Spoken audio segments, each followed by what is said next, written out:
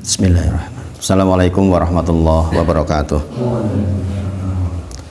Alhamdulillahi haqqa hamdi nahmaduhu wa nasta'inuhu wa nastaghfiruh wa na'udzu billahi min syururi anfusina wa min sayyiati a'malina. May yahdihillahu fala mudilla lahu wa may yudlilhu fala hadiyalah.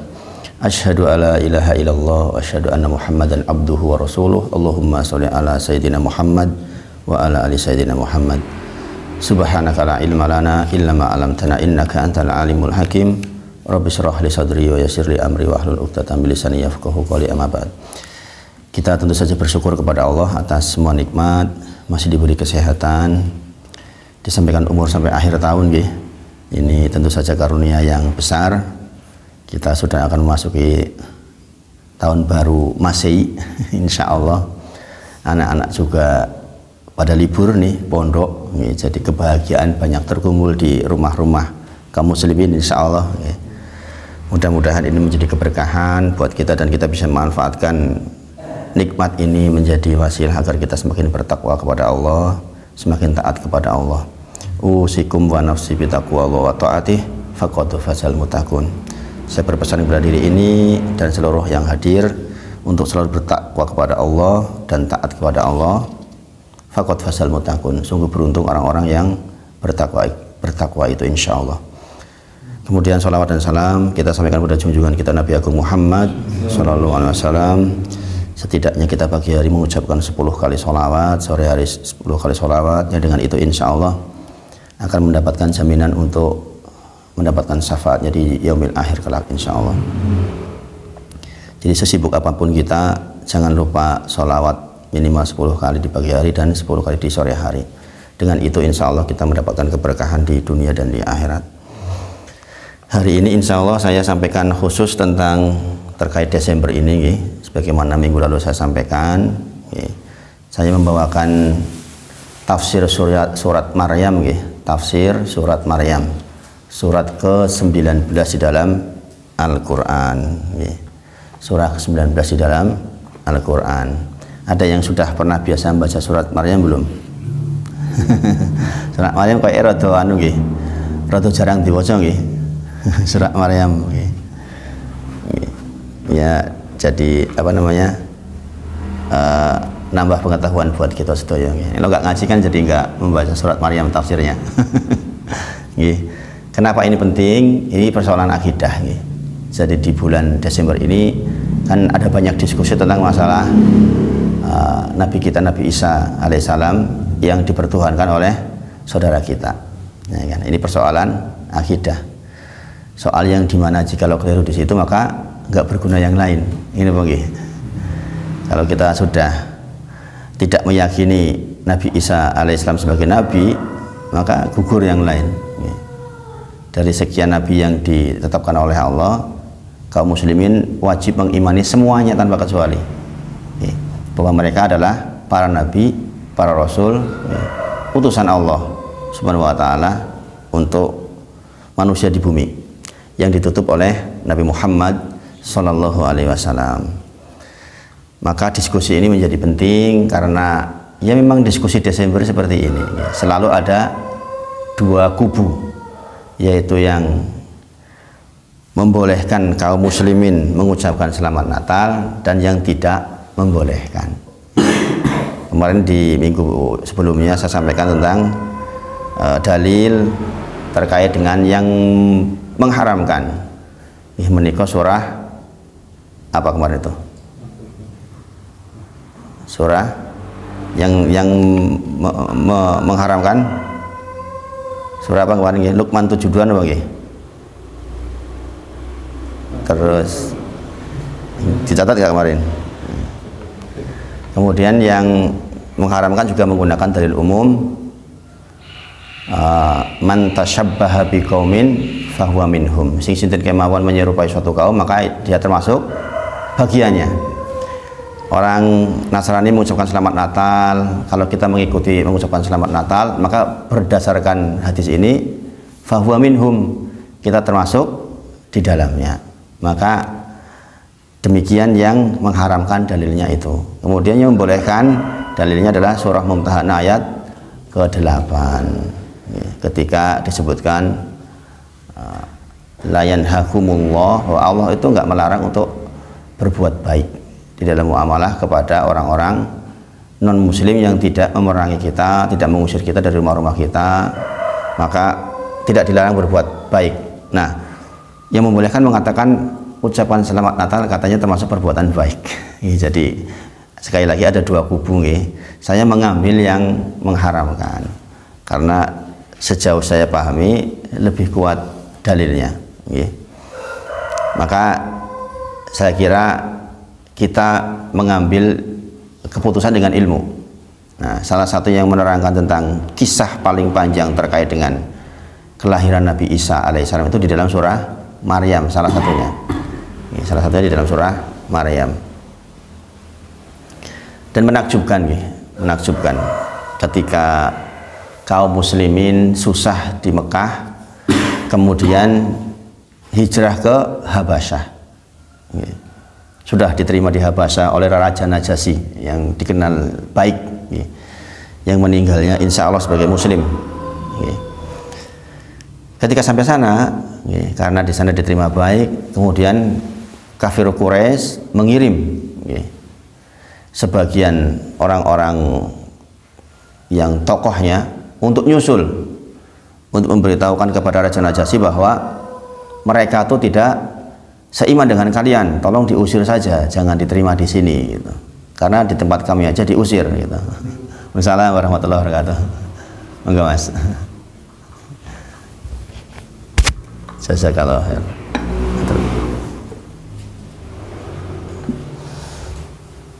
Nah, maka utusan Nabi Muhammad SAW kemudian membacakan surat ini, surah Maryam ini, dari awal sampai akhir. Maka para rahib, para pendeta-pendeta, kemudian termasuk Raja Najasyi itu menangis, menangis semuanya ketika mendengar paparan dari surah Maryam ini. Masya Allah. Masya Allah, karena memang isinya itu menakjubkan. Saya pun kalau baca surat Maryam banyak menangis sampai hari ini. Apalagi kalau kita mempelajari tafsirnya, itu Masya Allah. Masya Allah. Maka jenengan yang sudah ngaji mulai di rumah itu buka-buka, ditadaburi surah Maryam. Karena memang isinya menakjubkan. A'udzubillahi minasyaitonirrajim. Kaf ha ya ain sod. Dia buka dengan seperti itu. Huruf-huruf apa namanya itu? Huruf-huruf muqatta'ah. Huruf-huruf yang terputus-putus. Seperti alif lam mim. Ini dimulai dengan kaf ha ya ain sod. Dzikru rahmati rabbika abdahu Zakaria idnada rabbahu nidaan khafiya qala rabbi inni wahanal azmu minni wasta'ala ra'syu syaiban walam akum bidu'aika rabbi saqiya. Ini aja indah banget kata-katanya. Masya Allah. Allah itu bisa menyusun belakangnya seperti kalau kita dengar seperti ucapan yang sama. Jadi menakjubkan. Jadi kalau mentadaburi surat Maryam itu baru bacaannya belum artinya saja sudah ngerentesi.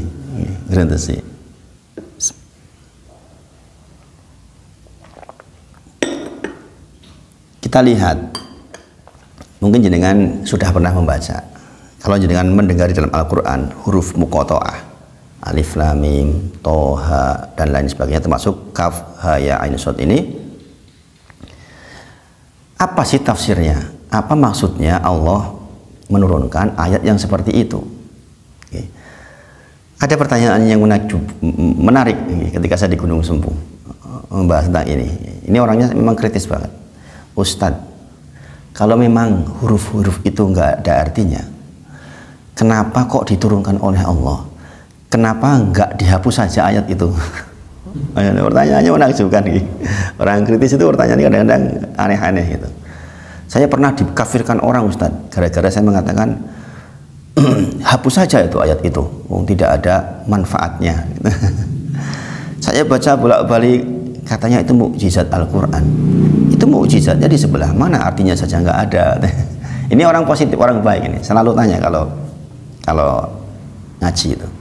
Nah, kembali ke huruf-huruf muqatta'ah ini adalah keajaiban Al-Quran sebagaimana di dalam tafsir Ibnu Katsir diterangkan. Nanti jangan bisa buka tuh di internet, itu kan sekarang ada tafsir Ibnu Katsir lengkap loh itu. Kalau dulu kan harus buka kitab ya. Saya punya kitab tafsir Ibnu Katsir itu segini ini. Tebelnya luar biasa. Nah, sekarang sudah dikodifikasi di dalam PDF, jadi kita bisa buka. Tafsir surat Maryam diantaranya dikatakan, saya bacakan para ulama berselisih pendapat tentang makna huruf-huruf muqatta'ah. Jadi para ulama sendiri itu ada beberapa pendapat terkait dengan huruf-huruf ini. Pendapat paling kuat menurut penulis, beliau mengatakan menurut penulis yang paling mendekati dengan tafsir yang paling kuat, yaitu apa yang ditulis oleh pendapat Ibnu Katsir rahimahullah ta'ala, bahwasanya huruf-huruf muqatta'ah didatangkan di awal surah untuk menjelaskan bahwasanya Al-Quran adalah mukjizat. Nah, sekarang pertanyaannya bagaimana orang tadi, mukjizatnya di mana? Artinya orang ono. Ya kan?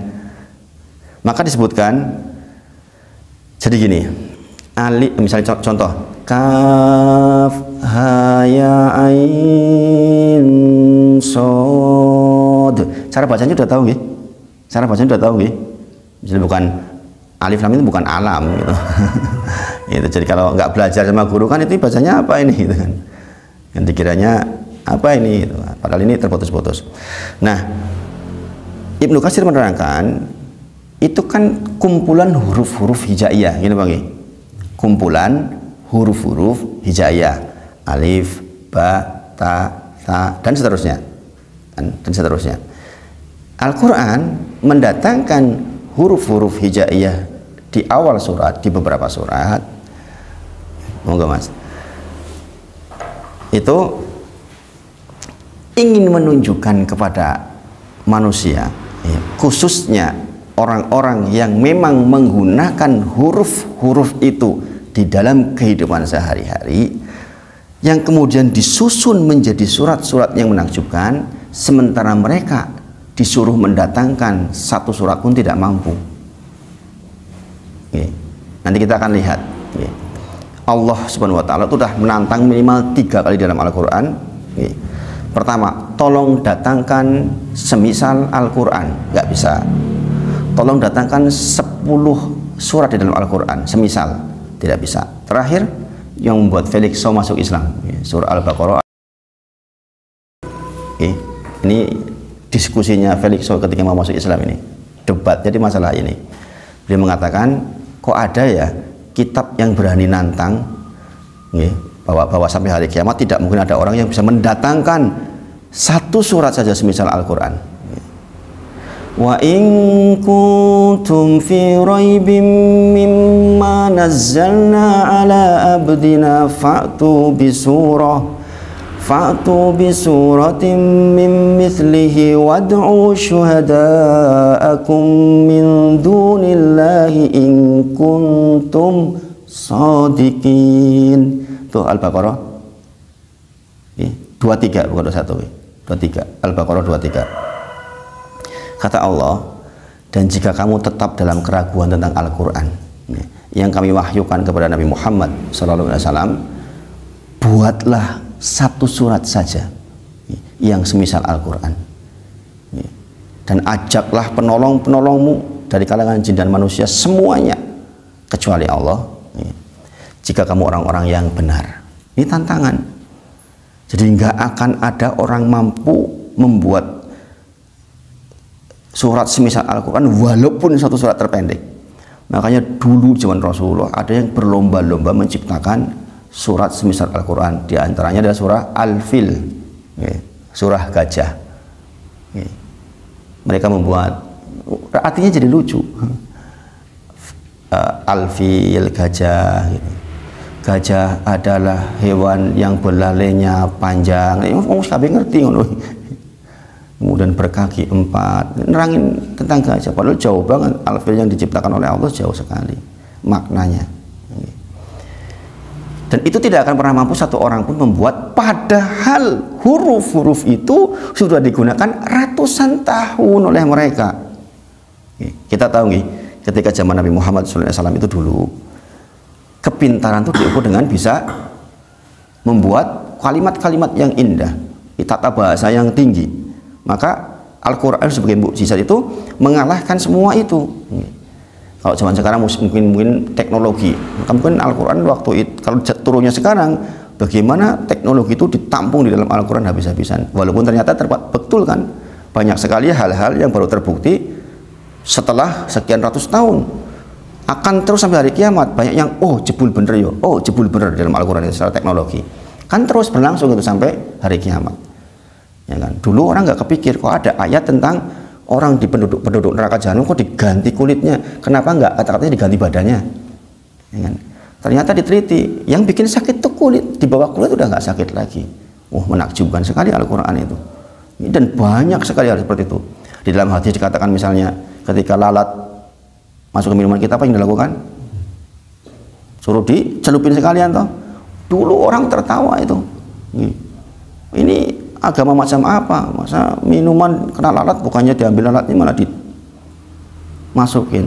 Kata Rasulullah, sesungguhnya di sebelah kanan ada racunnya, sebelah kiri ada penawarnya. Masya Allah, bagaimana kalau bukan wahyu ya? Tadi Amar bacakan surah An-Najm, in huwa ila wahyu yuha. Tidaklah Rasulullah mengucapkan kecuali hanya wahyu saja. Maka pastilah benar. Dan tentu saja ini menjadi rahasia-rahasia teknologi yang sampai hari kiamat nanti akan terbuka lagi yang orang mungkin sekarang belum tahu sampai akhir zaman nanti insya Allah. Sekali lagi, kalau jenengan ketemu huruf-huruf muqatta'ah, itu keajaiban dari Allah. Kenapa? Itu huruf-huruf yang kalian pakai, tapi kalian nggak bisa merangkai sebagaimana Al-Quran. Maksudnya kan menakjubkan, jenengan tulisan A, B, C, D, E, F, jenengan disuruh nyusun pakai huruf-huruf yang jenengan biasa pakai, kok jenengan raiso? Itu kan menakjubkan. Gini apa nggih? Kebiasaan kita tiap hari pakai, kok nyusun kata-kata sing koyo ngono kuwi raiso. Ya berarti menakjubkan, itu mukjizat. Tidaklah demikian terjadi kecuali karena mukjizat di dalam Al-Quran. Di dalam surah Al-Isra ayat 88, Al-Isra 88, Allah menyebutkan tentang tantangan Allah kepada kalangan jin dan manusia. Kul la ini ijtama'atil insu wal jinnu ala ayatu bimisli hadal Quran. Kata Allah, katakanlah, sesungguhnya jika manusia dan jin seluruhnya berkumpul untuk membuat yang serupa Al-Quran ini, maka dikatakan la ya'tuna bimislih, tidak akan bisa mendatangkan yang semisal. Sekalipun sebagian mereka menjadi pembantu bagi sebagian yang lain, walau kana ba'duhum li ba'din dhahira. Manusia yang paling pintar atau seluruh manusia berkumpul beserta dengan jin berkumpul untuk mendatangkan semisal Al-Quran tidak mungkin mampu, kata Allah. Itu dalam surah Al-Isra ayat ke-88. Kemudian Allah turunkan tantangannya di dalam surah Hud ayat ke-13.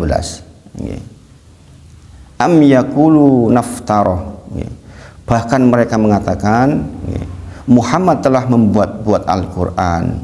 Katakanlah, maka datangkanlah 10 surat yang dibuat-buat yang menyamainya, dan panggillah orang-orang yang kamu sanggup selain Allah jika kamu memang orang-orang yang benar. In kuntum shodiqin. Jadi sekali lagi, kalau kita belajar tafsir, berarti kita sudah mengakui bahwa Al-Quran itu adalah mukjizat tersendiri. Bayangkan di awal-awal saja dikatakan Alif Lam Mim Dzalikal kitabu la raiba fihi hudal lil muttaqin. Alif Lam Mim, inilah kitab la raiba fihi, tidak ada keraguan di dalamnya. hudal lil muttaqin, petunjuk bagi orang-orang yang bertakwa. Bayangkan itu, kita kalau mentadabburi Al-Quran itu menakjubkan. Nggak ada yang lebih indah ceritanya, kisahnya dibandingkan Al-Quran. Kalau kita masih tertarik dengan bacaan-bacaan lain, kok kita bisa berbahagia dengan bacaan lain, ketahuilah kalau kita mentadabburi Al-Quran jauh lebih nikmat, jauh lebih indah. Coba, ada nggak kitab ditulis oleh manusia, kata-kata pertamanya diantaranya adalah inilah kitab, nggak ada keraguan di dalamnya, nggak ada kebengkokan di dalam. Surah Al-Kahfi dikatakan tidak ada kebengkokan di dalamnya, petunjuk bagi orang-orang yang bertakwa. Menakjubkan kan, memastikan bahwa yang kalian baca itu betul, gitu. Makanya tantangan-tantangan ini menunjukkan bahwa menakjubkan. Dan bagi orang yang belajar seperti Felix Hafizahullah Ta'ala, itu dia mengatakan saya tuh belajar bukan cuma Al-Quran, saya pelajari semuanya sebelum masuk Islam. Mungkin kita tidak tahu karena nggak belajar. Dia belajar, dia tahu Weda, dia tahu Injil dan lain-lain. Nggak ada satupun kalimat di sana yang mengatakan datangkan semisal ini satu kalimat saja, dua kalimat saja, dua surat saja, nggak ada satupun, kata beliau. Saya tidak tahu, saya hanya mengutip kata-kata beliau Hafizahullah Ta'ala. Menakjubkan gitu. Jadi beliau mengatakan nggak ada kitab yang seperti ini, maka saya masuk Islam karena dipastikan di dalam Al-Quran itu pasti benar sampai yaumul akhir kelak, sampai didatangkan hari kiamat nanti, akan hari kiamat. Masya Allah. Nah, ini dikatakan Zikru rahmati rabbika abdahu Zakaria. Ini kalau jenengan baca surat ini, hidup itu jadi rasanya kayak tentrem banget. Rasanya kok sebenarnya itu nggak ada masalah. Masalah itu datang dari kita sendiri. Nih bayangin, kata Allah, yang dibacakan ini katanya Zikru rahmati rabbika abdahu Zakaria, tentang rahmat Tuhanmu Allah Subhanahu wa taala kepada Zakaria alaihissalam. Jadi kan tahu, Zakaria itu minta anak dikala usia sudah sangat tua, sudah kakinya sudah sakit-sakitan, ubahnya sudah sangat banyak, istrinya tuh mandul. Sama saya pun bisa teng dokter tidak ada yang bisa dibuahi. Tapi beliau berpikir, ini saya sudah tua, nanti kalau saya mati siapa pewaris saya? Karena di dalam kenabian khususnya. Makanya katakan Zikru rahmati rabbika abdahu Zakaria idnada rabbahu nidaan khafiyya. Ketika dia Zakaria alaihissalam memohon kepada Allah dengan lembut. Ini juga di antara dalil kenapa kita kalau minta nggak usah bentak-bentak. Ya Allah, ya Hayyu ya Qayyum birahmatika astaghis. Ya Hayyu ya Qayyum. Banyak di antara saudara kita yang la ilaha illallah, la ilaha illallah, subhanallah. Ya, itu hak mereka, pertanggungjawabannya di sisi Allah, bukan dalam rangka untuk memburukan mereka, bukan. Tapi kalau melihat sejarah-sejarah mentadaburi Al-Quran itu, coba Zakaria itu dikatakan idnada rabbahu nidaan khafiyya, yaitu tatkala ia berdoa kepada Tuhannya dengan suara yang lembut. Ingat-ingat ini ayat ketiga di dalam surah Maryam ini. Qala rabbi inni wahanal admu minni wasta'ala ra'shu shayban wa lam akum bidu'aika rabbi saqiyya. Kata dia berkata, ya Tuhanku, sesungguhnya tulangku telah lemah dan kepalaku telah ditumbuhi uban, dan aku belum pernah kecewa dalam berdoa kepada Engkau, ya Tuhanku. Kan di akhir katanya walam akum bidu'a ika rabbi syaqiya. Ya Allah, aku minta begini tuh Engkau tuh nggak pernah mengecewakan. Itu Masya Allah, doa-doa para nabi itu Masya Allah, yakin banget terhadap doanya, ya enggak? Walaupun saya tulangnya sudah rapuh, sudah beruban, tapi setahu saya, ya Allah, saya itu kalau berdoa kepada Engkau nggak pernah dikecewakan. Tuh kayak gitu Nabi itu doanya.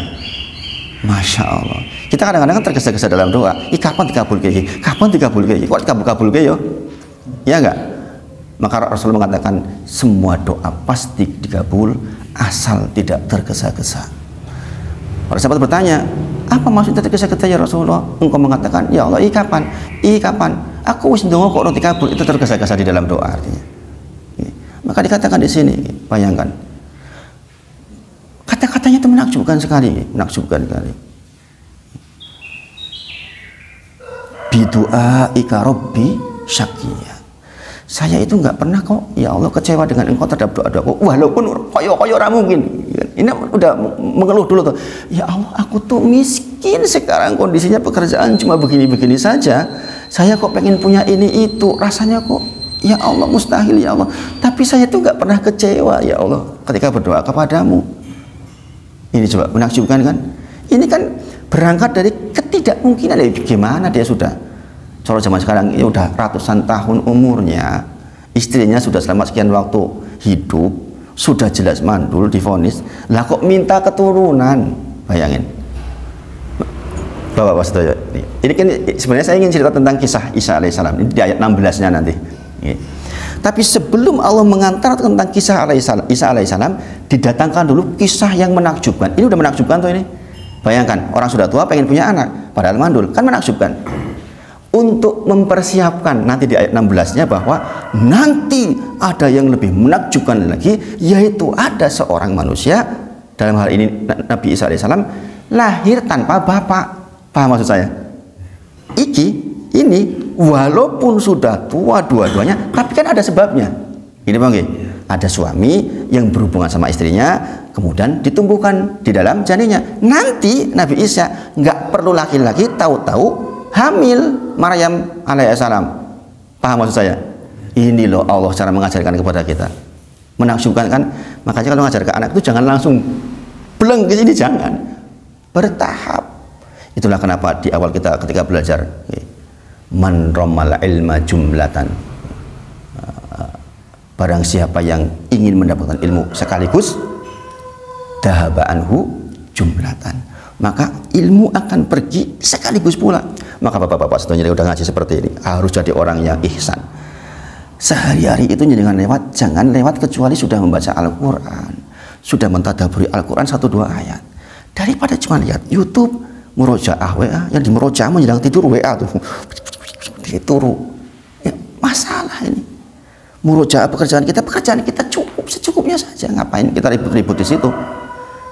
Indah nggak coba baru baca 2-3 ayat, indah nggak Al-Quran? Indah sekali, Masya Allah. Kita tuh sangat-sangat tersentuh kalau mempelajari Al-Quran itu, Masya Allah. Rasa-rasanya cerita-cerita yang lain itu cuma apa sih kayak gitu. Cuma dengan banyak orang rela melihat sidangnya Sambo terus-menerus berseri-seri, kita ikutin terus tuh. Al-Quran ketinggalan, sebenarnya padahal indahnya begini. Kemudian wa inni khiftul mawaliya min warai wa kanat imraati akiran fahabli min ladunka waliya. Dia usul sama Allah. Dan sesungguhnya aku, kata dia, khawatir terhadap mawaliku, pewaris, nggak punya anak, sepeninggalku. Sedang istriku adalah seorang yang mandul. Maka anugerilah aku dari sisi engkau seorang putra yang akan mewarisi aku dan mewarisi sebahagian keluarga Yakub, dan jadikanlah ia, ya Tuhanku, seorang yang diridhoi.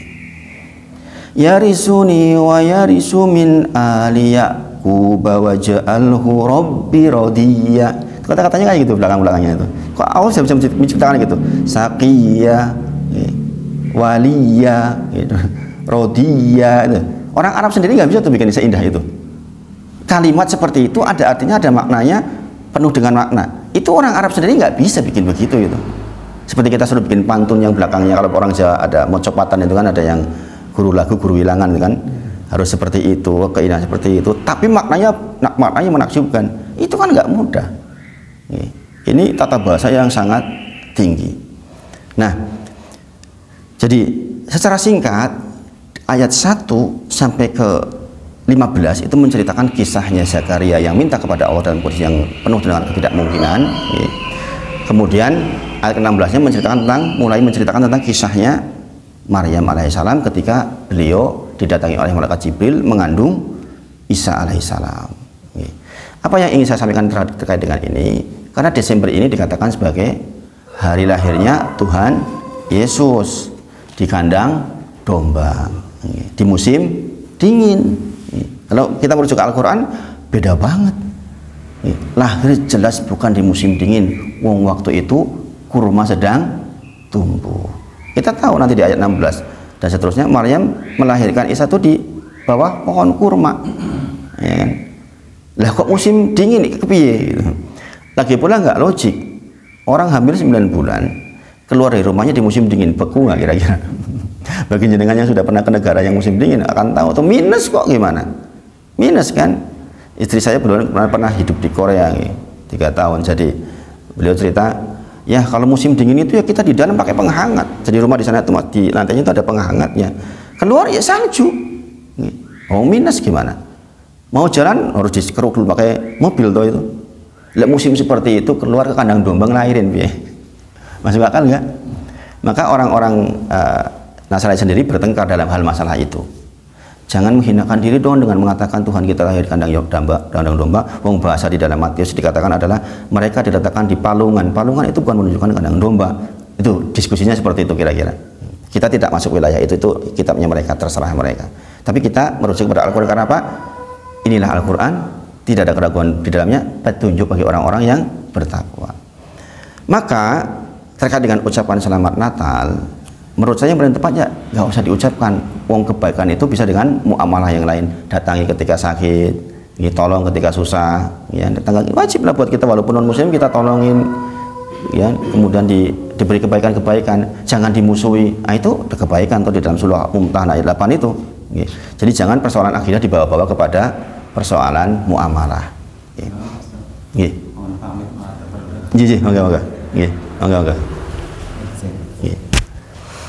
Terus jadi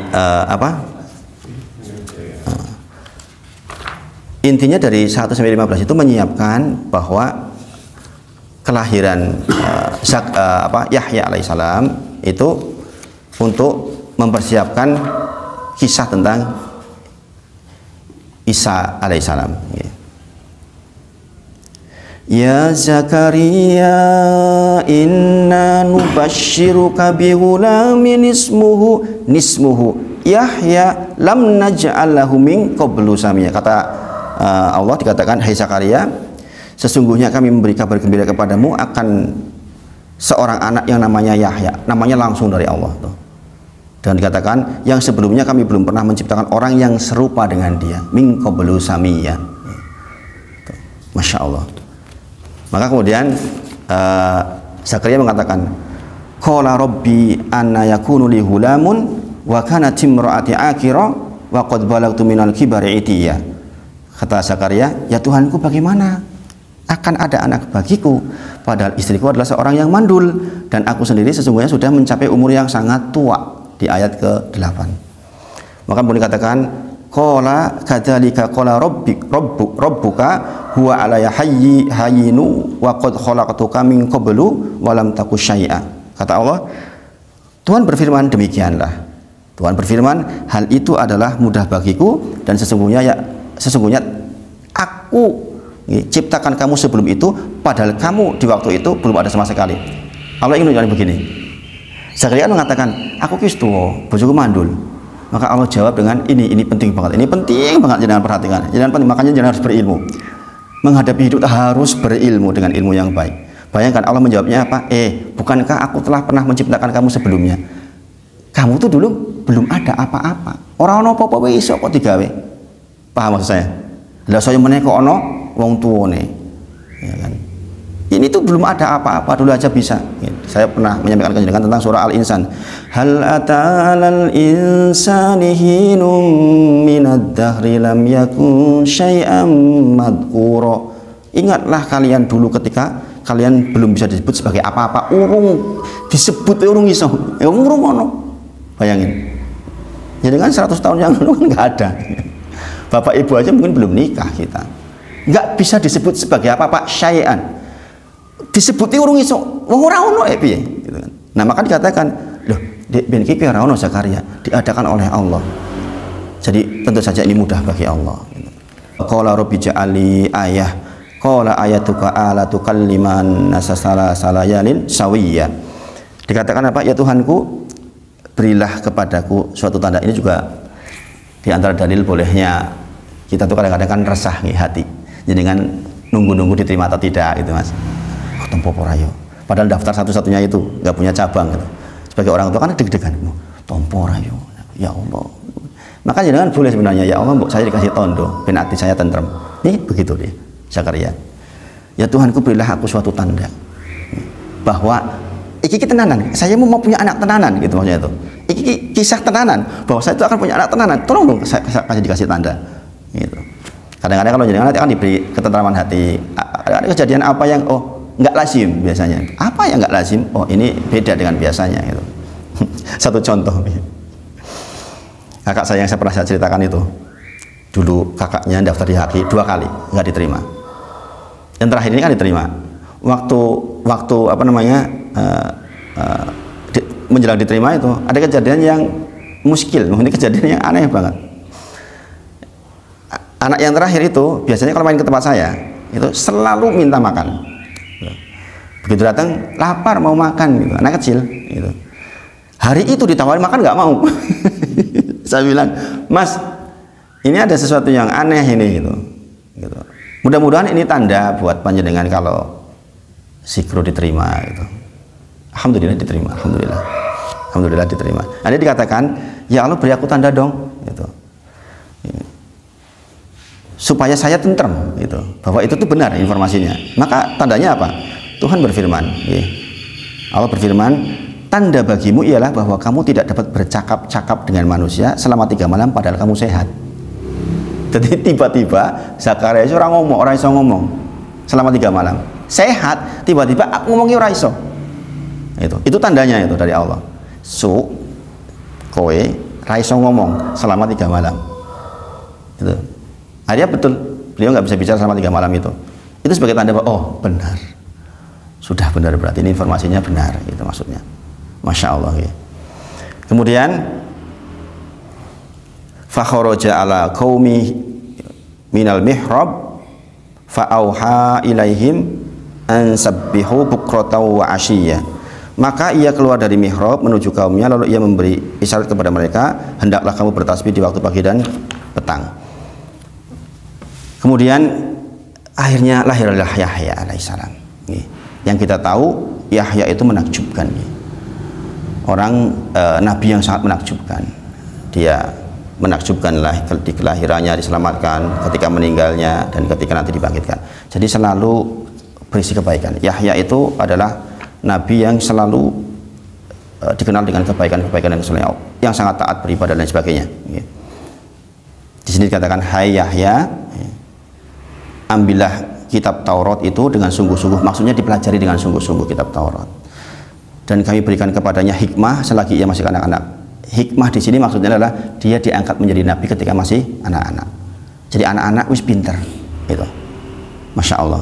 Dan rasa belas kasihan yang mendalam dari sisi kami dan kesucian dari dosa. Sampai dikatakan dalam tafsirnya dia tidak pernah berbuat dosa sekalipun. Menakjubkan.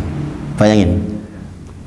Kisah menakjubkan selalu didahului dengan sesuatu yang menakjubkan. Berarti kalau jenengan menderitanya menakjubkan, jenengan itu pasti hadiahnya menakjubkan. Al jazamin jinsil amal. Ini bayangin, gak dikasih anak sampai umur kata 100 tahun misalnya, tiba-tiba dikasih, tapi begitu dikasih anak menakjubkan. Masya Allah.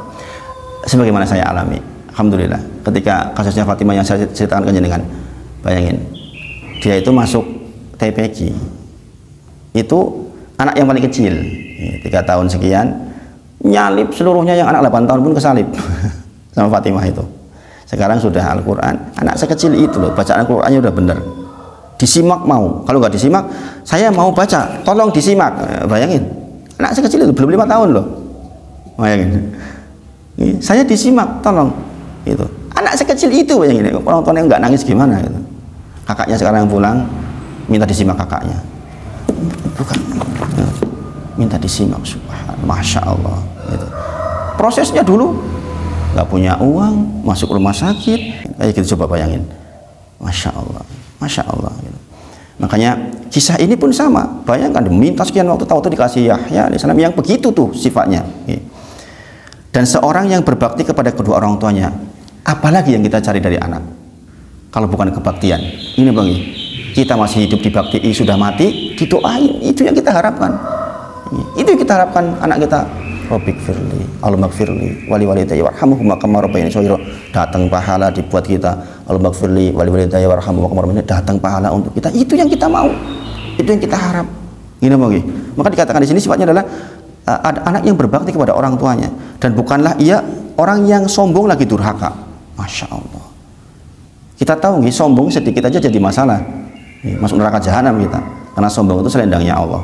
Siapa yang pakai selendangku kata Allah, maka neraka jahanam, dilemparkan ke neraka jahanam. Maka orang yang sudah ngaji jangan sampai ada sombong sedikit pun. Sombong definisinya dua, menolak kebenaran dan humtunas, meremehkan orang lain. Asal kita di hati kita ada kata-kata meremehkan orang lain, sombong menurut syariat. Kedua, menolak kebenaran. Cetok hati saya benar kok isi ditentang, maka itu kesombongan. Ya. Kemudian kesejahteraan atas dirinya pada hari ia dilahirkan, pada hari ia meninggal, dan pada hari ia dibangkitkan hidup kembali. Maka meskipun masyhur di kalangan para ulama bahwa beliau mati dibunuh waktu belum menikah, tapi kemudian pendapat yang benar insya Allah tidak demikian. Walaupun masyhur kisah seperti itu. Kemudian udah ayat berapa nih? Nah, sekarang masuk ke kisahnya Maryam, dan ceritakanlah kisah Maryam di Al-Quran, yaitu ketika ia menjauhkan diri dari keluarganya ke suatu tempat yang jauh di sebelah timur. Jadi Maryam itu dikenal sebagai ahli ibadah, orang yang paling taat di zaman itu. Kemudian tiba-tiba dia didatangi oleh malaikat Jibril sebagai utusan Allah, mengabarkan engkau akan mempunyai anak. Wah, kaget, koyo apa ya, stres enggak itu?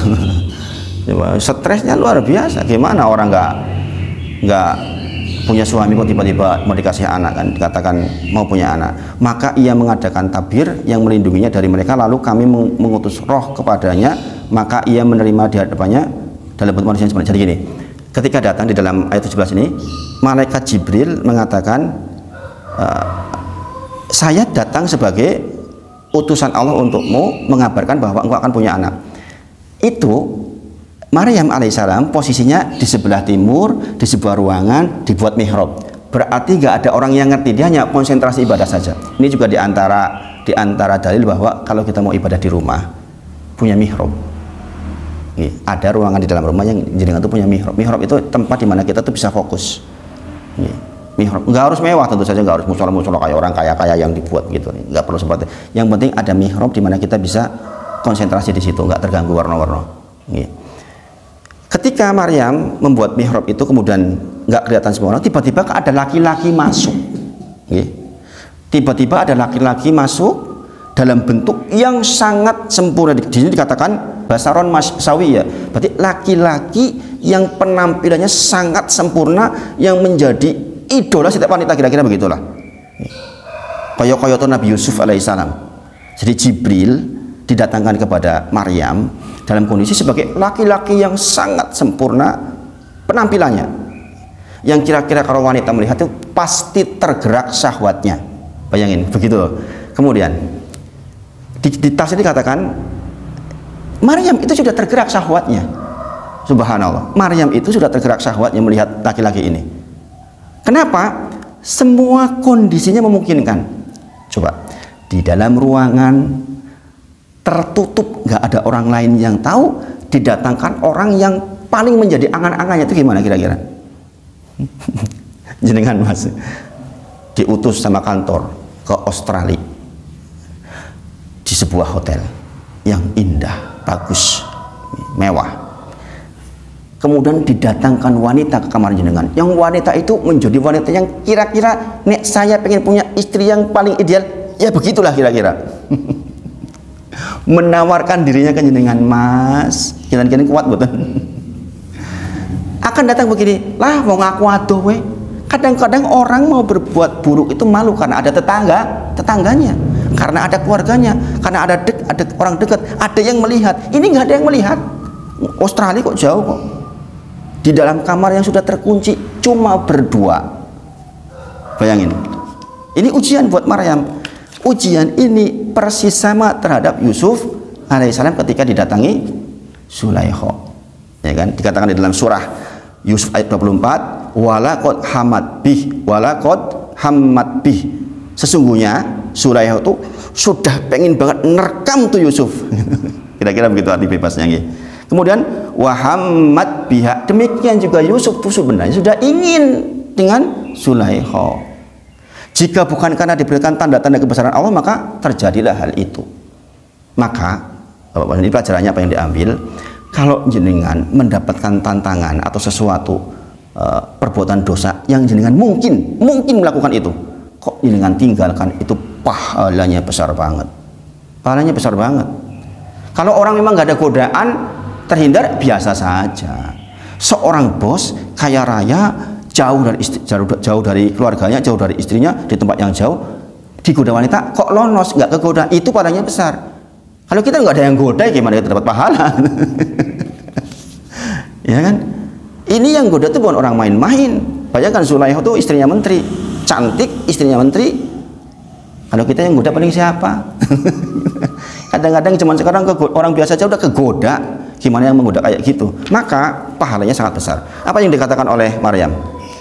Qolat seperti perempuan yang ngomong, inni a'udzu birahmani minka in kunta taqiyya.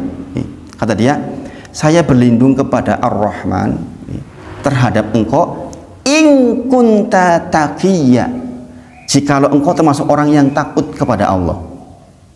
Maksudnya begini, kamar berdua gimana coba? Kalau si laki-laki ini mau nerekam ya ora iso apa-apa to wedok. Ya enggak? Maka dikatakan saya berlindung kepada Allah in kunta taqiyya, jikalau engkau juga bertakwa kepada Allah. Ini kisahnya juga sama ketika di dalam gua ada orang yang terkurung, kemudian mau keluar, kemudian meminta kepada Allah dengan perbuatan baiknya, yaitu ketika si laki-laki itu seneng banget maring wong wedok, nggih. Kemudian apa namanya? Dilamar nggak mau, sampai datang sebuah kesulitan, tiba-tiba dia minta tolong sama dia. Dia katakan, kesempatan ini, ya kan? Gelem tak kei, ning kowe menyerahkan dirimu untuk, kok iyalah sudah, gimana lagi? Dikasih 120 dinar. 120 dinar banyak nggak? Nah, kayak ini nggak sedikit loh itu. Berarti cinta bener ini.